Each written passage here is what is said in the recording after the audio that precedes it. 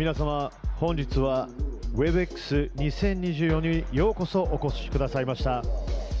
昨年も開催されました WebX は Web3 分野推進に動く企業や個人のための日本で開催されるアジア最大規模のグローバルカンファレンスです。Welcome to WebX 2024. WebX is one of the largest global conferences in Asia, held in Japan for companies and individuals working to promote the Web3 sector.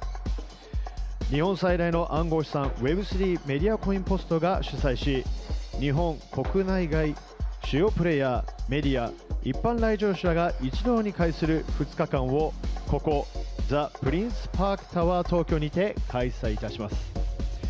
CoinPost, Japan's largest crypto asset and Web3 media company, is organizing a two-day event at the Prince Park Tower, Tokyo. The event will bring together major players, media representatives, and public visitors from Japan and abroad. プレゼンターに講演いただく内容は皆様のステップアップに役立つものばかりです。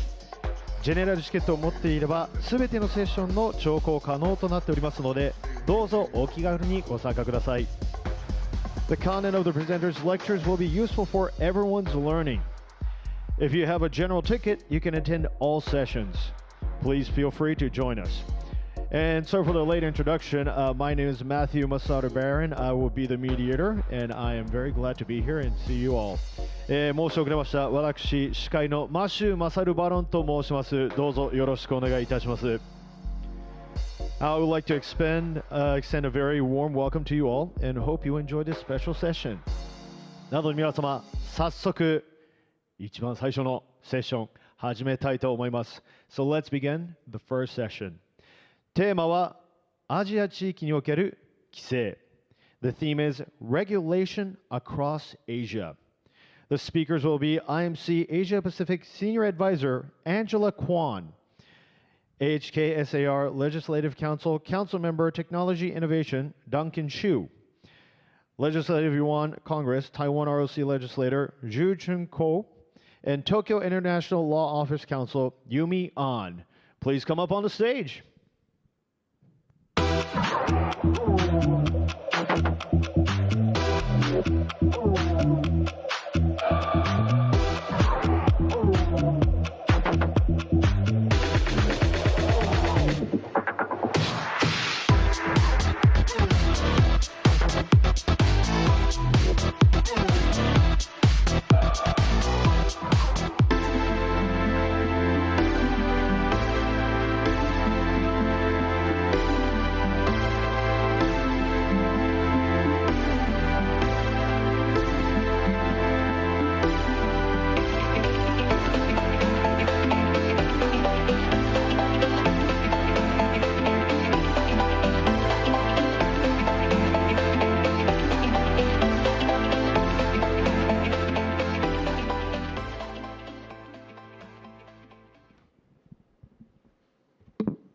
Good morning, everyone. Comply or blow up? It can be daunting to navigate your way around the complex web of digital asset regulations in Asia. I am Yumi Ahn, a lawyer and a blockchain enthusiast from Tokyo International Law Office, and we're in safe hands this morning with this excellent panel. I'll introduce to the panel from the far right. Angelina Kwan is an experienced financial services executive, currently a senior advisor to IMC Asia Pacific, overseeing the Hong Kong operations. She has extensive experience in the digital asset space and has held senior roles at HKX, the Securities and Futures Commission, Cantor Fitzgerald, BitMEX, and Hashkey, and also contributes to nonprofit organizations empowering women. In her free time, you'll see her off-piste skiing and enjoying her hot spring in Nozawa Onsen, Japan. Duncan Chiu, sitting next to her, is a legislator in Hong Kong, representing the technology and innovation sector, and is deeply involved in discussions surrounding Web3 related legislation. Prior to joining the Legislative Council, Duncan was a venture capitalist, has invested globally in multiple continents. Other than technology, he's also deeply involved in sports. So he's serving as the chairman of China Hong Kong Squash Federation and the Secretary General of Asian Squash Federation.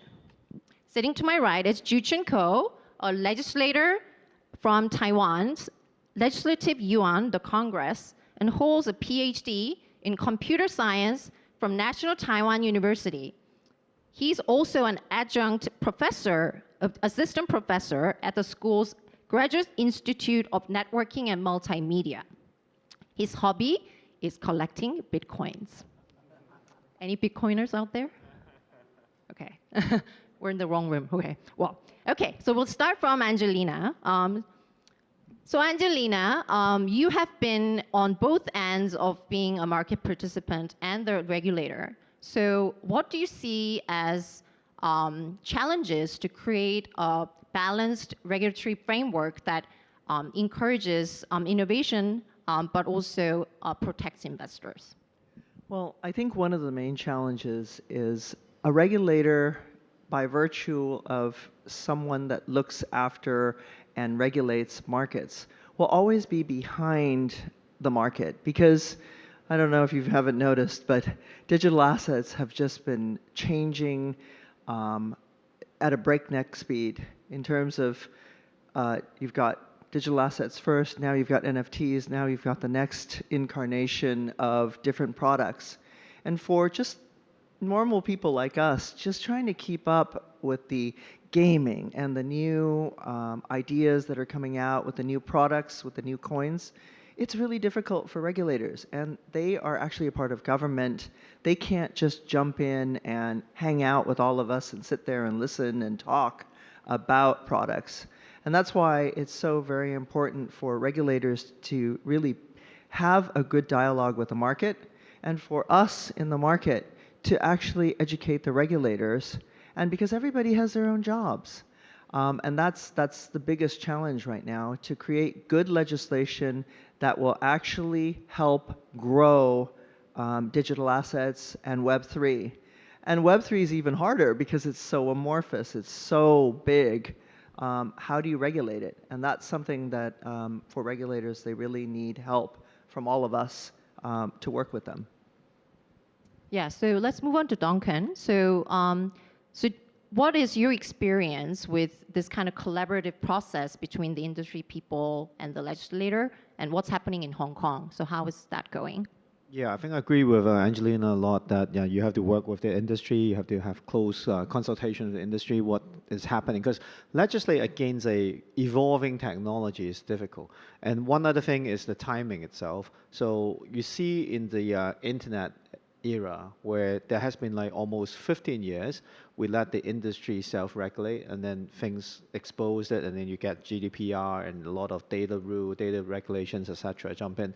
And for that's legislate a bit too late, you know. And in the crypto era, actually some country, you know, have early adoption of some legislation, and then the technology evolve. So many countries legislate on crypto on the payment focus, where, you know, we all know that, you know, many things happen, and now it's more like a financial product, etc., that is spin off that way. So I mean, Hong Kong, we didn't start very early. I mean, Angelina has always been helping with the industry development, but actually we really started the legislation role in 2022 when our financial secretary made the statement about the Web3 development. So it's only less than 2 years.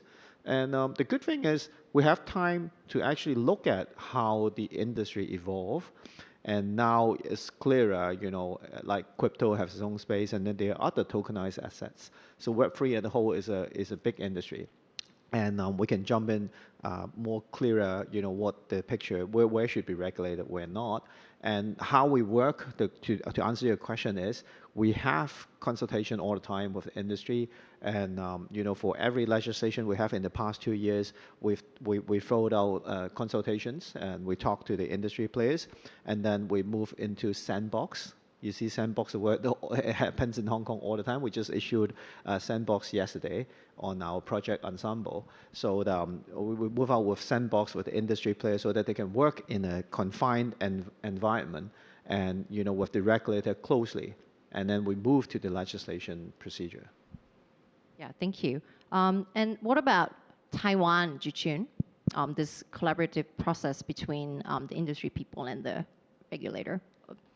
Yeah, Taiwan is very special because, cryptocurrency, the crypto stands for cryptography.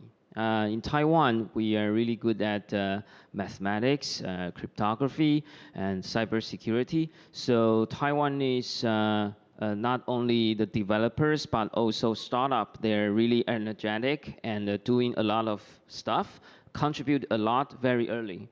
Start from 2012, 2013. So a lot of startup or the industry's participants, they know better than a lot of people, maybe for even better than some people in government or even better than me as a legislator. So it's really nice for our government to create a space for our industries, the cryptography and the cryptocurrency blockchain technology company to do a self-regulation. However, they have to comply with the AML, the anti-money laundering specific rules. And then there is a list for like more than 20 startups. They're doing the crypto exchange or the cryptocurrency related business on the list as a white list. And then they work with the FSC in Taiwan and to cooperate and make sure everything is fine. And at some moment they will do some expectation, something like that. So it's kind of like a AML plus self-regulation. And it creates a large space and earn some time for startup to work with government before there is a specific law for cryptocurrency. And it works in Taiwan. And right now they're having a VASP guild. And then we are talking about the specific law. So I believe this type of a process is interesting, and it works in Taiwan. Maybe it could be a reference for the other place. Yeah, thank you for that, Chun. So, so can you just introduce to us how this self-governing industry body came to place? That evolution. Yeah, because just like Duncan says, that the cryptocurrency blockchain technology is kind of like evolve very fast. It's an emerging technology. So this self-governing or like self-regulation is kind of like a lot of startups, a lot of legal firm company, a lot of like legislator, we co-work and try to create a space for themselves to self-regulate. And they just work with FSC to make sure that every transaction, every movement, every system in their company is complying with the current rules of AML. And then we trust, for example, like in blockchain world, we say, don't trust, just verify. So I believe in such situation, a lot of company, they're just using technology to prove they're doing business in a right way. And if we make a specific law too soon, then maybe it will, lost the opportunity or lost the space for the startup to grow. So right now, the situation in Taiwan is kind of like our financial commission center. They just try to have a dialogue and transparent conversation with the company doing the crypto exchange or like crypto business or blockchain technology. Have this dialogue instead of a specific law. And I believe in such way, in Taiwan, the business is growing really fast and energetic. Yeah, that's really impressive. And the new law is coming into effect next year, is that right? So when should we be expecting that news? Yeah, many people are talking about that. However, I believe the the tempo or the timing is very critical. If we make it too soon, then it will, press. The startup will have a more pressure on their business, and we have to make sure our government official they already get the education, they have a goodwill, they have a good understanding about technology and business, and also they have to have analyzing tools for them to trace the money, trace the cryptocurrencies. They have to have the knowledge and technology and tools to control, to take a good use of that specific law. So I believe it takes time. Maybe this year, maybe next year. Yeah. But Yumi, I think one of the really good benefits of coming in a little bit later with Taiwan, they get the benefit now of seeing what Thailand, Hong Kong, Malaysia, Singapore, and they've seen all of these different countries put in regulations. And now the regulators get to learn from what is out there. But we also get to see what Taiwan will be doing, and we also get to see what's been happening in other regions as well as around the world. So I hope all the regulators will learn from each other and constantly be in dialogue. And that's why all the different countries need to work together, because our exchanges are global now. It's not just like one place. You've got huge corporations like Chainlink who may or may not require licensing, but their global reach of helping blockchainize or Web3ize all of the traditional businesses, regulators have to learn about that, as do users, as do end users need to understand blockchain. And if it sounds too good to be true, it usually is. And that's why it's important for investor education as well as regulator education and market education. Because a lot of the brokers that are traditional brokers, they don't understand this. And if you talk to the older brokers, they don't want to touch crypto yet because they don't understand it. So we need to help our markets along too, in terms of teaching them, as well as regulators, as well as market participants. Yeah, so thank you, Angelina. So maybe question to Duncan also on that. Also learning from other regulators or, collaborating with other regulatory bodies, is that happening in Hong Kong? Can you maybe share more about that? I think depends in which particular area. I think definitely we study, like Angelina said, study what other country, what other cities actually doing around the world in terms of while we're legislating. The whole thing is fluid, even now, the status in the US and, some of the big representative and big countries, they still have a clear roadmap on how to regulate this. But I think we have in particular area, we have a clear roadmap because now exchange, is licensed in Hong Kong. We announced our stablecoin sandbox. So I'm soon the stablecoin regime will very soon table to the Legislative Council for us to approve. And then we have rolled out the consultation on the virtual asset over the counter, which means all the physical trading of crypto and related tokenized products in Hong Kong. And then most likely I've been pushing the custodian regime in Hong Kong. So with these, I think it's clear that, on the financial product side or tokenized financial products will be categorized. And in terms of collaboration with other countries, we have the CBDC discussions with the Hong Kong government, Hong Kong MA, and with other countries, especially now in some of the ASEAN countries. We have the mBridge where we can test the CBDC program. We test it with Thailand, I think, and we test with is it Saudi. So we have actually the collaboration effort in terms of CBDC and maybe stablecoin in the future, because these are products you have to link with other country, and you have to have compromise, solutions and regulations, governance, governance in place to move the things forward.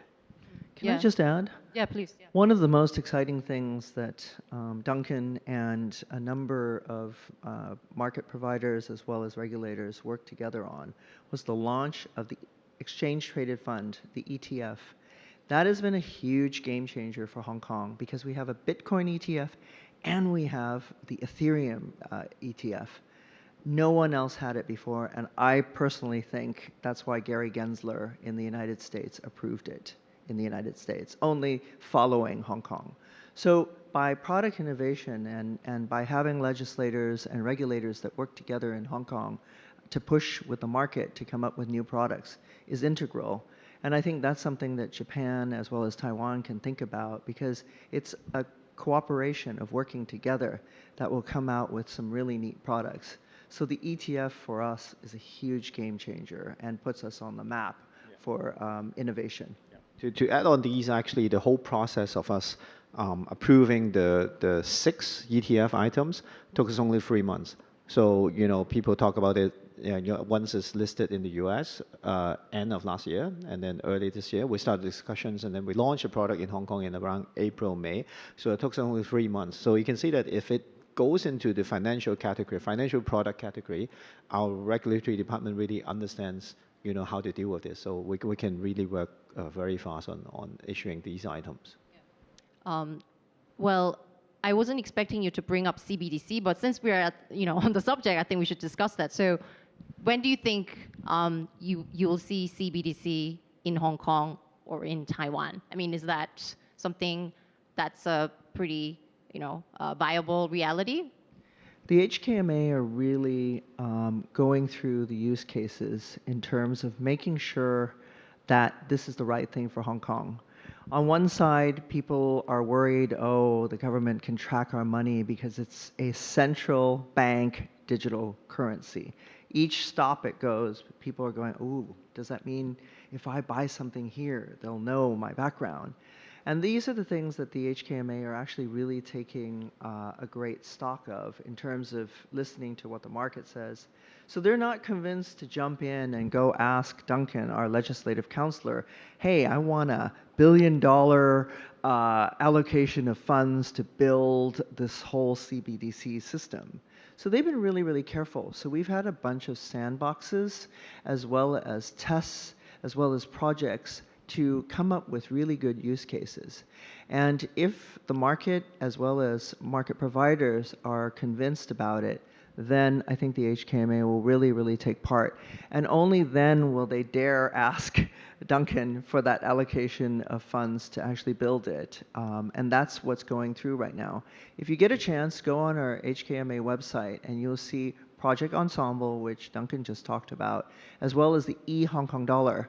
So we're not convinced to have this e-Hong Kong dollar because we've got payment systems, we've got really advanced banking systems. So we're not sure yet, but this is something that's really being studied. Do you want to add something? That's very comprehensive explanation of the whole roadmap. I think I have not too much to add, but I think a lot of people sometimes get confused about stablecoin and CBDC, that why you should do both. But Hong Kong is actually, we're working on the roadmap for both. As Angelina said, we have entered the stage 2 of the CBDC and e-Hong Kong dollar.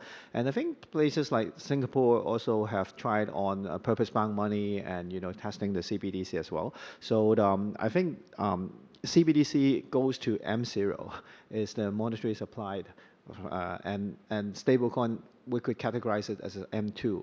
So it's actually 2 different products, and we're definitely testing on the both. And for CBDC, like Angelina said, we have to define use case to make it really usable and friendly to users in Hong Kong. So they're both on the roadmap. How about Yeah. Taiwan? Yeah, Taiwan, we have a lot of geeks and nerds just like me. So in technology part, I believe the CBDC will be a very interesting project for a lot of places. And more than 90% of the country, nation, region, cities, they're creating a similar system, and they're doing some project on CBDC. And in Taiwan, our FSC and our central bank, and they create a small task force team. They are working start from 2018. And they are looking for a way to do CBDC right. And we also have like a 4 phase, a different phase. The first phase is research, and the second phase is technology validation, and then testing, and then go to the market. So right now, I believe in Taiwan, we are in the phase 2. They're just trying to figure out which solution is the best solution. For example, like a quorum, for example, like the other layer 2. Right now, the only thing I can say is there is a team and our government are a group of people. They just taking a good care about the CBDC because it might increase the liquidity of like New Taiwan dollar or like the other currencies. So I believe we are on the way, and the CBDC will be always on the a roadmap. And as a legislator, I will be monitor and try to keep watch the situation and the progress, because we think that with technology, our financial service will be better than ever, and the CBDC will be one of the projects that's very important for Taiwan. Okay, thank you. We cannot leave this panel session without talking about China. So maybe first to Duncan. So what is China's stance on digital assets regulation? How does that impact Hong Kong? I think I can't speak for mainland China because, you know, with the one country, two system, we have the autonomy in Hong Kong, we have the common law system. So with our financial system as well, we think is a must and really necessary for Hong Kong to develop financial innovations, and especially, you know, digital assets is going to be the future. So I think we have the statement in 2022 November, which is issued by the financial secretary. I think that's the highest order we have so far. And since then, you know, it's only 18 months. We move forward with all these things we mentioned: exchange, ETF, stablecoin.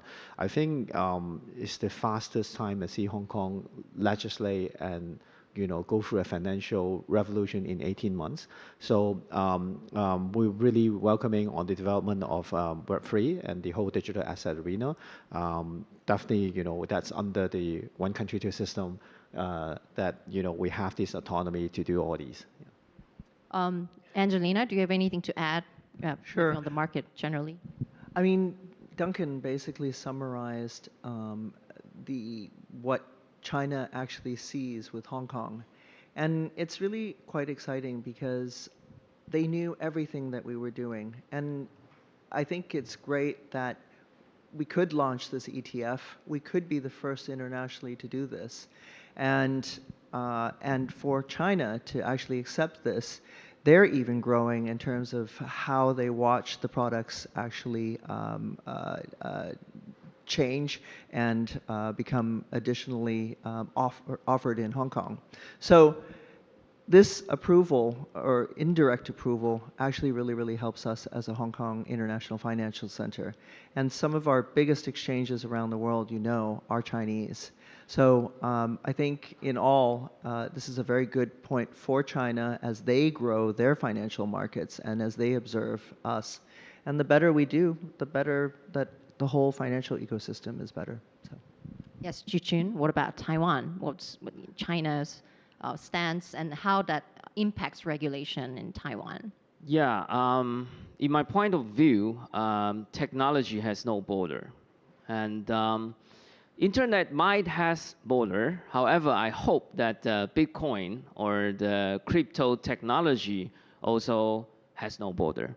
So Taiwan, we are kind of like early evolver or like early player in the blockchain technology. Since 2014, people in Taiwan can buy Bitcoin in convenience store, in Family Mart in Taiwan. And in 2016, Vitalik come to Taiwan and work really closely to Taiwan technology company called Amis. So we have a lot of, how to say that, contribution as a Taiwan developer, Taiwan startup. So technology part, we're kind of early player. However, on regulation part, I think it's kind of a latecomer. However, our startup, our company in Taiwan and the government, they work together and to make sure we can protect the general public in front of this emerging technology. So I believe that we in Taiwan right now is AML plus self-regulation, and right now we are going forward to having, we already have a VASP, and then later we're talking about a specific law. And as a legislator, we have to make sure the specific law has the condition for our government official to take a benefit from the law, and also the law will also benefit the industry. So in Taiwan, we're really try to balance in between technology and regulation. And we believe that it might be a plural way for many places to figure out their own way. And right now we are here, and we will learn from a lot of the other places. And then we believe we will have a way, will be the better way or the best way for Taiwan. Okay, so we're running out of time, so we're just going to end with this one question. So if you had a magic wand to fix one thing in the regulatory system in Asia, it could be in the world, what would it be? Starting from Angelina. Duncan knows this, I keep saying it. A comprehensive custodial licensing system that makes it very clear for how products can be held and safely for investors. And this would be a comprehensive law, and it would be great if we can put it in place. Okay, so since you cover custodians, so I think most likely we still have a process in terms of doing all these legislation work that I mentioned in Hong Kong. I guess we still need 18-24 months to wrap it up. But you know, if there's one magic wand I want to wrap it up today so we can go on and build a community. Yes. Yeah, for me, I think I would love to have a magic wand. It could, bring the education and for crypto technology to become kind of a mainstream. However, the link with the wrong image with the cryptocurrency semi-equal to scam or fraud, I believe is not true. And for every government officials or like every industry players, I believe we should understand that there will be a huge benefit from this technology. And it's not equal to scam, not equal to fraud. It's just a neutral technology. So education for general public and also for government officials, I believe that will be my wish. Okay. Yes, great. So thank you for, let's join to thank the wonderful panel to give us wonderful insights. Thank you very much. And our amazing moderator, Yumi. Thank you.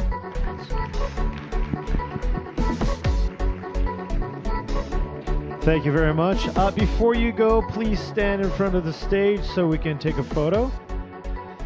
Thank you very much. 記念撮影の方を行いたいと思います。More to the center. Very good. Thank you. We got an okay sign from the photographer.